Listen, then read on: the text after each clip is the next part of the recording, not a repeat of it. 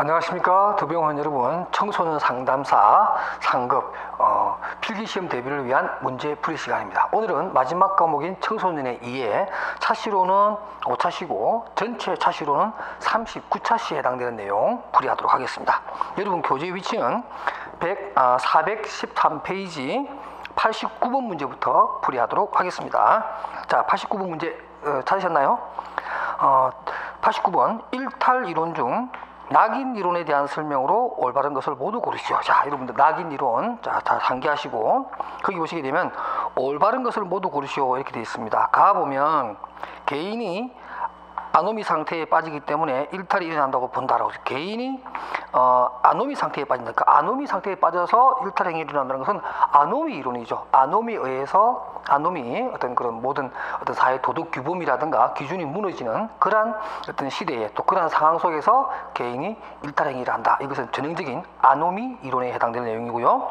그 다음 나와보시게 되면 규범을 가진 집단의 구성원들과의 차별적 접촉 과정에서 보편적인 법 규범과는 다른 일탈 규범을 습득하게 되었기 때문에 일탈이 발생한다고 본다. 이거는 우리가 좀 알고 있는 건 차별적 접촉 이론입니다. 그래서 차별적 접촉이라고 해서 어떤 규범적인 측면에서 거기에 대한 긍정적 어떤 마인드 내지는 긍정적 사고를 가지고 있는 사람들과 접촉을 했느냐, 일탈행위에 대해서 좀 무던한 사람들과의 접촉을 했느냐에 따라서 일탈행위가 연이어서 연쇄적으로 발생한다라고 하는 것은 바로 차별적 접촉 내지는 교제 이론에 해당되는 내용이기 때문에 가와 나는 낙인 이론과 관련이 없고요. 자연스럽게 다와 라 같은 경우에는 일탈행위의 대표적인 내용이고 그 학자로서는 베크와 레무트의 내용도 나와 있습니다. 일반적으로 그 레무트라고 하는 분은 이렇게 얘기를 하죠. 그 라에 있는 내용을 한번 정리해보면 이런 거예요. 대표적인 학자로서 보면은 일반적으로 이 베크라고 하는 분은 이 일탈이라고 하는 그 얘기하면서 특히 이제 그 낙인과 관련해서는 어떤 규범이라고 하는 것이 굉장히 중요하다. 그러니까 규범을 어떻게 설정하느냐에 따라서 어떤 사회에서는 그거는 낙인 효과가 있을 수 있고 또 어떤 경우에는 규범을 어떻게 설정하느냐에 따라서 낙인이 되지 않을 수도 있다라고 하는 규범 중심의 낙인 이론을 전개한 반면에 레머트라고 하는 분이 계십니다. 레머트라는 분은 이분은 1차적 일탈과 2차적 일탈로 이렇게 구분을 해서 1차적 일탈에 대한 적절한 조치를 취하지 않게 되면 자연스럽게 2차적 일탈, 그러니까 이것이 바로 이제 낙인이라고 하는 그러한 이론과 연결이 된다. 이렇게 설명을 한 것이 바로 레머트라고 하는 학자의 이론입니다. 그래서 두 학자의 입장 차이도 이참에 여러분들이 알아두시기 바랍니다. 그래서 답은 다와 라가 낙인 이론에 맞는 얘기다. 90번입니다. 다음 중 ADHD 청소년에 대한 올바른 설명을 모두 고르시오 라고 해서 자, 가보면 아동기보다 과잉 행동이 증가한다. 아동기보다 과잉 행동이 청소년의 경우에는 좀 자중하기도 하고 어느 정도 자기 컨트롤이 좀 가능합니다. 아동기에 비해서는 훨씬 더 조금은 그 외연적으로 나타나는 ADHD의 전형적인 모습은 좀 더 감소한다 이렇게 보여주고 그것이 X입니다. 그 다음 학교의 규율이나 규칙을 위반한다. 뭐 ADHD 청소년의 대표적인 외연적인 모습이죠. 맞는 얘기고 그 다음 다 보게 되면 주의력 장애와 충동성으로 계획적인 학습 활동을 방해한다. 이게 ADHD의 가장 학교 부적응의 문제가 생기는 가장 큰 원인이라고 할 수가 있겠습니다. 그 다음 나와보시게 되면 약물 치료보다 가족 상담이 효과적이다. 물론 뭐 가족 상담도 효과적일 수 있겠지만 지금 현재까지 ADHD에 대한 적절한 대처 방법은 약물 치료가 가장 우선적인 어떤 조치다. 이렇게 알아두시면 되겠습니다. 그래서 나도 X라고 보면 나와 다가 청소년 ADHD에 대한 올바른 설명으로 보입니다. 그래서 90번의 답은 역시 3번이 되겠습니다. 그 다음에 91번입니다. 청소년 자살의 특징으로 옳지 않는 것. 자, 청소년의 자살의 특징입니다. 옳지 않는 것을 찾는데 4번에 보세요. 충동적 자살보다 오랫동안 계획한 자살이 많다. 청소년의 자살은 일반적으로 뭐죠? 청소년 자살은 일반적으로 좀 충동적이다. 그 다음에 의사표현적이다 이렇게 얘기할 수 있습니다. 그죠? 그리고 또 뭐죠? 약간은 모방적일 가능성이 많다. 그죠? 그 다음에 또 대표적인 것이 학업 부진, 그러니까 학습의 학업의 어떤 성적과 관련된 이런 것들 특징을 가지고 있다. 이렇게 이제 하고 또 자살의 생각을 가장 많이 하는 것은, 자살에 대해서 생각을 많이 하는 것은 남학생보다 여학생이 더 많이 있지만 실질적으로 자살에 이르는 실행률은 남학생들이 여학생에 비해서 더 많다. 뭐 이런 것까지 여러분들이 추가적으로 알아두시기 바랍니다. 그 다음에 92번입니다. 청소년 가출에 관한 설명으로 옳지 않은 것. 자, 청소년 가출에 관한 겁니다. 2번에 볼게요. 상습적 가출이 감소하고 있다. 상습적 가출이 증가하고 있는 것이 요즘 추세입니다. 그래서 92번에 잘못된 설명은 바로 2번이 되겠습니다. 그 다음 93번 문제입니다. 다음 보기에서 설명하는 현상입니다. 보기를 보니까 괴테의 소설 주인공 이름에서 유래된 용어로 유명인이 자살한 뒤 뭐 이 정도 모으면 여러분 금방 이게 무슨 용어다, 어떤 용어에 대한 설명이다 하는 거 금방 알 수 있을 겁니다. 유명인이 자살한 뒤에 많은 사람들이 이를 모방하여 자살하는 현상을 말한다. 청소년기에는 이러한 현상의 경향이 매우 뚜렷하다. 제가 조금 전에 이런 모방적 자살이 많다. 이것이 바로 이제 괴테의 그 유명한 젊은 베르테르의 슬픔이라고 하는 그 소설에 나오는 연애 소설이죠. 거기에 나오는 남자 주인공 베르테르 근총으로 자살하게 됩니다. 그 여주인공이었던 로데가 이제 뭐 다른 사람하고 이제 결혼하게 되는 그런 상황을 듣고 근총 자살하게 되는 그 슬픈 어떤 연애 소설이기도 합니다. 그 내용에 나오는 그 주인공 베르테르의 효과라고 해서 유명인의 사망에 자살에 의해서 따라 죽는 이런 경우입니다. 그 다음에 나머지 보면은 좀 많이 뭐 효과가 굉장히 많네요. 일반적으로 이런 겁니다. 뭐 루핑 효과라고 하는 것은 뭐냐면 무관심한 사안이었어요. 그런데 언론이 자꾸만 그걸 캐치고 뭐 언론이 자꾸 보도가 됨으로 해서 모든 사람들에게 이슈화 되어버리는 이런 현상을 우리가 루핑 효과라고 그러고요. 또 3번에 나오는 스티그마 효과라고 하는 것은 일반적으로 스티그마, 그러니까 스탬프 같은 거죠. 그러니까 부정적인 낙인을 찍음으로 해서 점점 더 상황이 안 좋아지는 그런 현상입니다. 그 바로 그 5번에 나오는 그 피그마리온 효과와 좀 반대되는 내용이라고 할 수가 있습니다. 그래서 피그마리온은 일반적으로 뭐 잘한다 또는 뭐 좋아질 것이다라고 하는 어떤 기대가 긍정적인 내용으로 나타나는 이런 현상을 얘기하죠.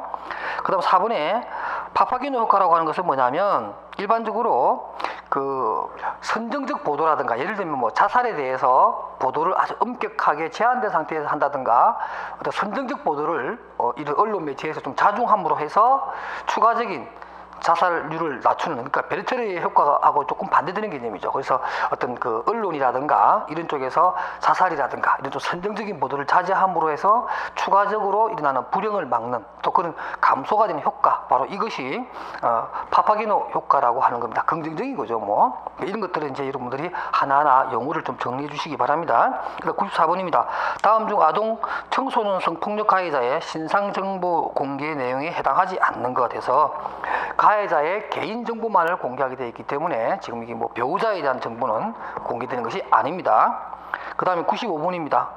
와이너의 접근 방법 중 다음 보기에서 설명하는 비행 유형은 해서 와이너가 그 해설에 나와 있는 것처럼 뭐 1차적 일탈, 2차적 일탈, 또 사회적 비행, 뭐 신경정적 비행 이렇게 막 얘기를 했는데 그 중에서 이제 이 5개의 비행 내지는 일탈의 유형 중에서 지금 보기에 나와 있는 내용은 바로 5번째 비행의 유형으로 뽑고 있는 성격적 비행에 대한 설명이다. 이것은 여러분들 해설과 더불어서 텍스트로 활용해서 공부하시기 바랍니다. 그 다음에 96번입니다. 다음 중 중추신경 억제제에 해당하지 않는 것. 자, 이런 문제가 사실 잘 나와요. 그래서 뭐 억제제냐, 뭐 진정제냐, 흥분제냐, 뭐 이렇게 또 각성제냐 이런 것들이 문제가 많이 나오는데 이참에 좀 정리를 합시다. 자, 일단 96번의 답은 5번입니다. 즉 억제제에 해당되지 않는 것이니까 다에 해당되는 것이 마리아나라든가 그 다음에 카페인, 코카인 같은 경우는 일반적으로 다 흥분제에 속한다고 보시면 됩니다. 특히 이제 마리아나는 환각제에 속하는 그런 내용이고요. 그렇다면 우리가 억제제로서 해당되는 것들은 지금 이제 억제제에 해당되는 것들이라고 말씀드린 게 이제 다, 바가 아니니까 억제제는 진정시키는 그런 효과가 있는 뭐 물질을 할 수 있는데 그것은 이제 가의 진정 수면제라든가 그다음 항불안제, 불안에 진정시키는 그런 것. 그 다음에 라에 나오는 본드 같은 경우에도 억제제에 해당됩니다. 본드 외에도 뭐 부탄가스라든가 이런 것들이 이제 우리가 생활 주변에 찾을 수 있는 것 중에서는 억제제에 속하는 것이고, 그 다음에 아편, 그 다음에 헤로인, 이런 것들이요. 아편이나 헤로인, 그 다음에 여러분 몰핀 같은 거 있죠, 그죠? 몰핀, 뭐 치료할 때 이렇게 마취제 같은 거니까. 그 다음에 또 아세톤, 보통 이게 아세톤이 왜 그 매니큐어 이렇게 지우는 그런 약품이죠. 그 다음에 알코올이 사실 여러분 좀 잘 보세요. 이게 흥분제가 아닙니다. 알코올이 지금 얘가 말하는 요것은 다 억제제입니다. 억제제, 진정제에 해당됩니다. 그래서 요런 것들 여기다 뭐 책에 있는데 본드라든가 이런 것들 다 포함해서 다 억제제에 속한다. 이렇게 여러분들 이참에 정리를 해두시기 바랍니다.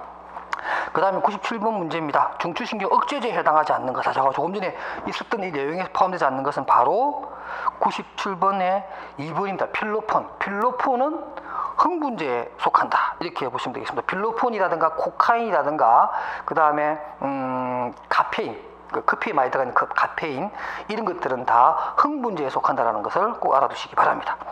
그 다음에 98번 문제입니다. 다음 중 저소득층의 자아를 위한 기관 혹은 프로그램을 모두 고르시오. 이렇게 있습니다. 그래서 보면 저소득층에 관련된 것은 가와 다고요. 나 같은 경우는 유스타트라 그래서 일반적으로 청년층들의 취업을 도와주는 취업지원 프로그램에 해당되는 것이고, 한국의 밤은 청소년 수련 활동 중에 한 프로그램의 이름입니다. 그러니까 나와라는 저소득층하고는 관련이 없는 거고요. 두드림존이라든가 자활사업, 보통 뭐 취업지원 쪽이죠. 그러한 프로그램들은 대부분 저소득층을 위한 프로그램이다. 이렇게 이해하시면 되겠습니다. 그 다음에 99번입니다.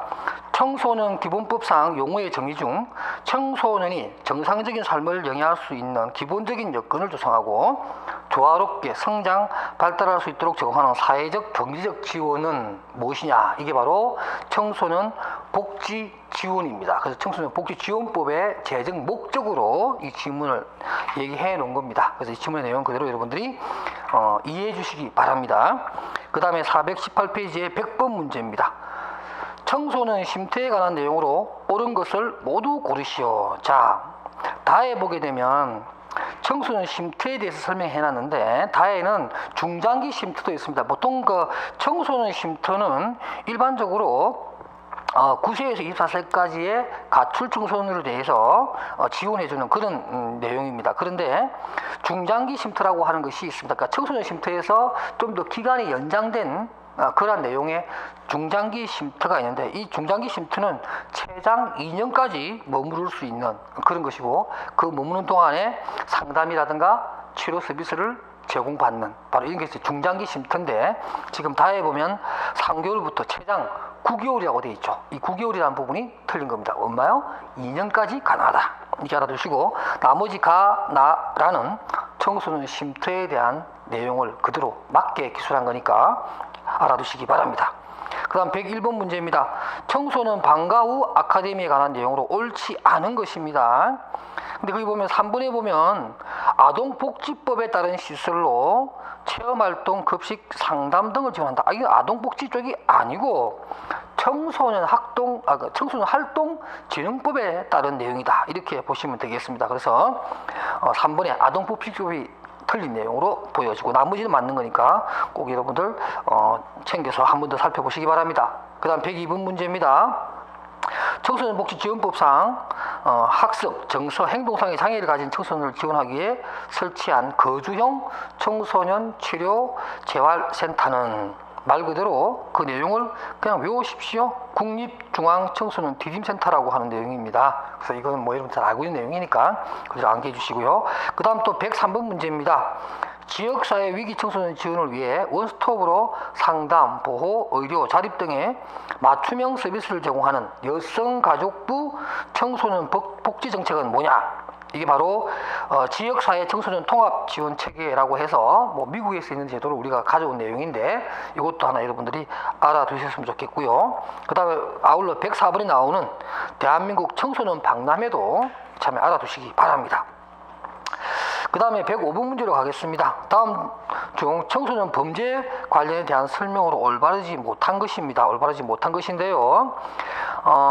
뭐 이게 좀 내용이 좀 많이 있는데, 거기 보면 우리가 각 공적 청소년들에 대한 뭐 법률 제정에 관한 겁니다. 일반적으로 여러분들 청소년 기본법은 1991년도, 그 다음 청소년 보호법은 그거보다 6년 늦은 97년도에 제정이 되었고, 그 다음 3년 뒤에 청소년 성보호법이 생기게 되고, 그 다음에 이제 2004년도에 와서는 청소년 활동진흥법이라고 하는 것을 제정하게 되고요.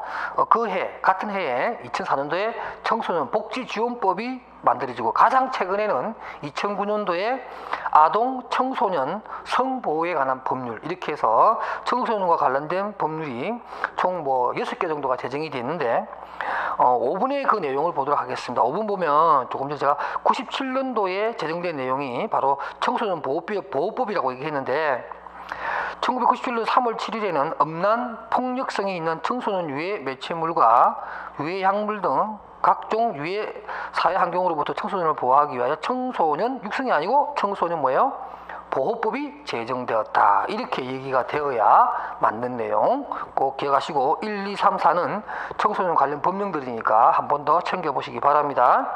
그 다음에 100번 문제입니다. 이것을 사실 기출문제 나왔을 때 많은 분들이 틀렸는데요. 다음 중 유엔 아동 권리 협약에 대한 설명으로 올바르지 못한 것 해서, 보통 국제 협약은 어떤 국회의 동의를 받으면, 비준을 받게 되면 국내법과 동일한 법적 효력을 갖게 됩니다. 그래서 우리나라 이게서 협약에 우리가 국내법이 동의했기 때문에 지금 현재 우리나라도 이러한 유엔 아동 권리 협약은 국내법과 같은 그러한 효력을 발생한다고 봅니다. 그래서 그 어떤 해당 국가가 거기에서 비준을 하게 되면 그런 효과가 있다는 거죠. 국내법과 똑같은 효과가 있는데, 참 아쉽게도 모든 국가가 비준을 받은 협약이 아닙니다. 그래서 3번에 보게 되면 이게 틀린 건데, 그럼 어느 나라가 협약에 비준하지 않았냐면 소말리아, 그 아프리카 그 중동하고 붙어 있는 그 터물이 뭐 해적들 많이 나타나는 그 소말리아가 해당되는데, 소말리아 외에도 놀랍게도 미국이 이 아동 권리 협약에 아직 비준하지 않은 국가로 남아 있습니다. 그래서 모든 국가가 다 비준받았다 이렇게 얘기하는 것은 틀린 얘기죠. 그 다음 107번입니다. 청소년 복지지원법 제4조의 내용이다. 가로 안에 들어갈 숫자가 순서대로 옳은 것은, 자, 청소년증입니다. 청소년증 여러분들 많이 들어보셨죠? 청소년증, 여성가족부에서 주관하는 청소년증입니다. 이 청소년증은 바로 9세 이상입니다. 9세 이상 몇세요? 18세 이하. 그래서 보통 뭐 시군구, 그죠? 보통 시구 군이라든가 구청 이 단위에서 발급한다가 아니고 뭐죠? 발급할 수 있다. 법은 그 틈을 참 조심해야 돼요. 발급할 수 있다. 이 얘기 뭐냐면 본인이 신청하면 발급을 해주고 신청하지 않으면 발급해주지 않는다. 그러니까 발급에 있어서의 자유재량권이 있는 거죠. 그러니까 발급할 수 있다라는 규정이 있다. 그래서 여러분들 9세 이상 18세 이하 누가 가능하냐? 시군구에서 하지만 이게 총 중앙부처는 여성가족부다. 이까지 여러분들이 알아두시기 바랍니다. 이 청소년증은 바로 청소년복지지원법에 나와 있는 내용입니다. 108번입니다. 소년법상 소년에 대한 보호처분 결정의 종류로 명시되지 않은 것. 자, 소년법이라고 하는 것은 일반적으로 형사적인 어떤 사건을 처리하게 위한 법이죠. 그래서 소년범의 경우에 뭐 14세 이상 뭐 이렇게 얘기를 합니다. 이러한 소년법상의 소년에 대한 보호처분 결정의 종류로서 3번에 보면 소년교도소 송치라고 하는 내용은 포함되어 있지 않습니다. 그 외에 뭐 수강명령이라든가 사회봉사명령 또는 뭐 장기소년원 송치 이런 것이 있지만 소년교도소에 송치한다 이런 내용은 없다라는 거 꼭 알아두시기 바랍니다. 다음 중 109번입니다. 다음 중 청소년 기본법상 청소년에 열리는 이거 정도로 여러분들 꼭 알아두시기 바랍니다. 9세 이상 24세 이하. 그러니까 청소년 기본법상으로 보면 뭐 대학생이 되었다 하더라도 청소년의 범위에 해당된다. 이것도 여러분들이 알아두시기 바랍니다. 그 다음 110번입니다. 청소년복지지원법상 청소년복지시설 또는 청소년복지지원기관으로 명시되지 않은 것 해서 4번에 보면 청소년 성문화센터 뭐 있긴 합니다만은 이것이 이 청소년복지지원법상 시설로서 지정되어 있는 것은 아니다. 꼭 알아두시기 바랍니다. 그 다음 111번입니다. 청소년보호법상 청소년 유해 매체물을 방송해서는 안 되는 시간대로 옳게 표기된 것은 바로 4번입니다. 토요일은 오전 7시부터 오후 10시까지고요. 평일의 경우에는 오전 7시부터 오후 9시까지, 아까 평일에서는 오전 7시부터 9시까지, 오후에는 1시부터 오후 10시까지 바로 위의 매체를 방송해서는 안 된다라는 시간, 오전과 오후로 나누어져 있고, 그 다음에 또 뭐죠? 평일과 방학, 토요일 또는 공휴일 이런 날짜가 구분되어서 시간대가 편성되어 있다는 거 알아두시기 바랍니다. 그 다음 112번입니다. 다음 중 청소년 관련 법상 청소년 연령으로 옳지 않은 것 해서 3번에 보면 청소년 복지지원법입니다. 청소년 복지지원법의 경우에는 기본적으로 청소년 기본법하고 똑같아요. 그래서 9세 이상 24세 이하로 해서 기본법의 청소년의 범위와 같이 간다. 이참에 그것도 알아두시기 바랍니다. 조금 전에 113번 문제 우리가 111문제에서 풀었으니까 넘어가도록 하고요. 그 다음에 또 114번도 제가 조금 전에 청소년 기본법의 경우에는 9세 이상 24세 이하라고 했는데 114번의 1번이 그 부분을 틀리게 기술한 내용, 나머지는 맞으니까 여러분들 참고로 봐주시기 바랍니다.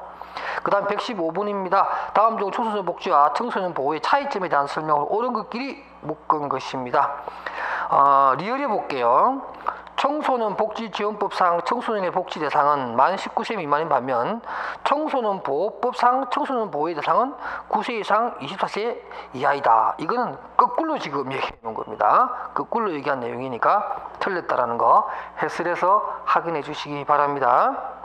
그 다음에 116번 문제, 다음 빈칸에 들어갈 각 법적 기준 나이를 순서대로 고른 것. 자, 뭐 이 문제를 푼다 안 푼다 떠나가지고 각 법령상 나와 있는 법적 기준 내지는 청소년의 범위는 여러분들이 규정마다 좀 정리를 해서 꼭 알아두시기 바랍니다. 사실 이렇게 잘 돼 있는 거예요. 보면 가는 소년법에서의 소년은 19세 미만, 근로기준법에서 이상은 15세 미만의 경우에는 생산 가능 인구가 아니기 때문에 근로자가 사용하지 못한다 이렇게 되어 있고, 그 다음 다에 보면 아동 청소년 성보호에 관한 법률 가장 늦게 제정된 법이죠. 이 법에 따르면 청소년은 19세 미만의 자로 한다라고 해서 116번의 답은 3번이 되겠습니다. 그 다음에 117번입니다. 청소년 복지의 예방적 접근 중 1차, 2차, 3차적 예방 모델에 대한 설명으로 옳은 것입니다. 자, 여기에 관련해서 1차, 2차, 3차 예방 모델에 관해서 1번과 2번의 보기는 1차적 예방 모델에 속하는 것이고, 그 다음에 3번과 4번의 내용은 2차적 예방 모델에 해당되는 것입니다. 그래서 각각 그 내용에 대해서 설명해 놓은 것이 지금 거꾸로 다 뒤집어져 있다는 거죠. 그러니까 그 내용을 여러분 좀 찾아주시고, 지금 가장 설명이 잘 되어 있는 것은 바로 3번입니다. 그래서 예방적 예방 모델은 일탈 경험 청소년의 자기 존중감 강화와 청소년 본인의 건강한 사회생활에 도움을 주는 것에 주안점을 둔다라고 해서 이 문제는 사실 뭐 문제 답을 찾는 것보다 여러분 그 해설에 나와 있죠, 그죠? 해설에 1, 2, 그 다음 보기 3, 4와 관련된 이러한 내용들은 바로 1차 예방 모델과 2차 모델에 대한 내용을 설명해 놓은 거니까 여러분들 지문 해설을 통해서 공부해 주시기 바랍니다. 그 다음에 118번입니다. 다음 중 청소년 복지에 대한 설명으로 옳은 것끼리 묶은 것입니다. 옳은 것. 자, 보면 옳은 것은 기업과 리얼인데요. 기업과 리얼이 왜 틀렸냐? 기업의 경우에 청소년 복지에 관한 얘기를 하는데 아동이 처한 모든 위험으로부터 아동을 보호하기에 아동에 대한 내용, 이건 아동 복지에 대한 포괄적 보호 활동을 얘기하는 것이고요. 리언에 보시게 되면 인간의 개인적 욕구 충족 및 능력 실현을 위해 각종 공공정책이나 서비스 프로그램을 제공하는 것이다. 이것은 사회복지법에 관련된 재정 목적을 그대로 옮겨놓은 겁니다. 그러니까 기업과 리언은 하나는 아동복지, 하나는 사회복지 내지는 사회사업에 대한 정의를 규정해 놓은 것이다. 이렇게 봉으로 해서 청소년 복지에 대한 내용으로 옳게 묶여져 있는 것은 디귿과 리얼이다. 이렇게 정리합시다. 그 다음 또 119번입니다. 이거는 이제 무슨 청소년의 어떤 그게 아니고 뭐 또 유해 매체물에 대한 방영 금지가 아니라 인터넷 게임입니다. 우리 일반적으로 이걸 뭐라 하죠? 셧다운 제도라고 그러죠? 셧다운 제도라고 해서 그 시간에는 절대로 청소년이 이제 컴퓨터 게임을 못하게 하는 그러한 법적인 제한 조치입니다. 그래서 16세 미만의 청소년을 대상으로 해서 오전 0시, 그러니까 밤 12시겠죠. 밤 12시부터 바로 그 다음 날이니까 뭐 6시간 동안이죠. 오전 6시까지는 인터넷 게임을 제공할 수 없다라고 하는 문 닫는 거죠. 셧다운 제도에 관한 설명입니다. 꼭 알아두시기 바랍니다. 그 다음에 120페이지로 가서 다음 보기에서 120번 문제, 다음 보기에서 설명하는 것은 보기입니다. 거기 보면 자신의 문제를 드러내지 않고 가정형편의 어려움 등으로 인해 친구들을 잘 사귀지 못할 정도로 내성적이며 스스로 감정을 조절하지 못하고 인터넷 중독에 대해 인식하지 못하는 청소년들에게 자신의 상태를 진단평가해주고 다양한 놀이 및 창의, 재량활동, 사후관리를 통해 사회에 적응하는 능력을 키우기 위해 한국 청소년 상담 복지개발원이 개발한 프로그램, 바로 그게 뭐냐면 인터넷 레스큐 스쿨이라는 거. 레스큐라는 게 뭐죠? 구출하다는 뜻이죠. 인터넷에서 빠져있는 그러한 또 중독되어 있는 청소년을 구출하는 그러한 스쿨 프로그램의 내용을 설명한 겁니다. 그 다음 121번입니다. 다음 중 청소년 기본법 제12조에 기반을 두고 있는 청소년 특별회의에 대한 설명으로 옳은 것. 자, 이것 역시 해설에 있는 내용 그대로 보면 여성가족부 장관이 정하는 것이고 참석자요. 그 다음에 해마다 개최합니다. 보기에는 2년마다 있으니까 틀린 거고, 그 다음에 또 정부적인 특성을 지닌 청소년 참여 기구로서 일반적인 어떤 뭐 단체나 이런 쪽의 문제가 아니고 정부가 개입하는 그러한 행사다. 그 다음에 5번에 보게 되면 정책 해설의 5번 봅니다. 해설의 5번 보면 정책과제 발굴을 포함하여 정책과제 이행 여부 체크, 구체적인 정책 시행을 위한 의제, 제안 등이 청소년 특별회의의 주 기능입니다. 그래서 일반적으로 뭐 청소년의 자치권이나 참여권, 노동권에 관한 얘기가 아니라 일반적으로 정책 과제에 대한 제안과 이행 여부의 체크, 이런 것들이 포함되어 있는 것이다 라고 해서 이 내용과 관련해서 가장 옳게 설명되어 있는 것은 바로 121번 문제는 3번이 잘 되어 있다. 이렇게 여러분들이 정리해 두도록 하겠습니다. 자, 이렇게 해서 우리가 또 그 청소년의 이해 총 6차시, 전체 차시로는 39차시에 해당되는 내용을 학습해 보았고요. 아마 다음 시간에는 마지막 내용으로 해서 122번부터 풀이하도록 하겠습니다. 자, 여러분 오늘도 학습하시느라고 수고하셨습니다. 다음 시간에 뵙도록 하겠습니다. 안녕히 계십시오.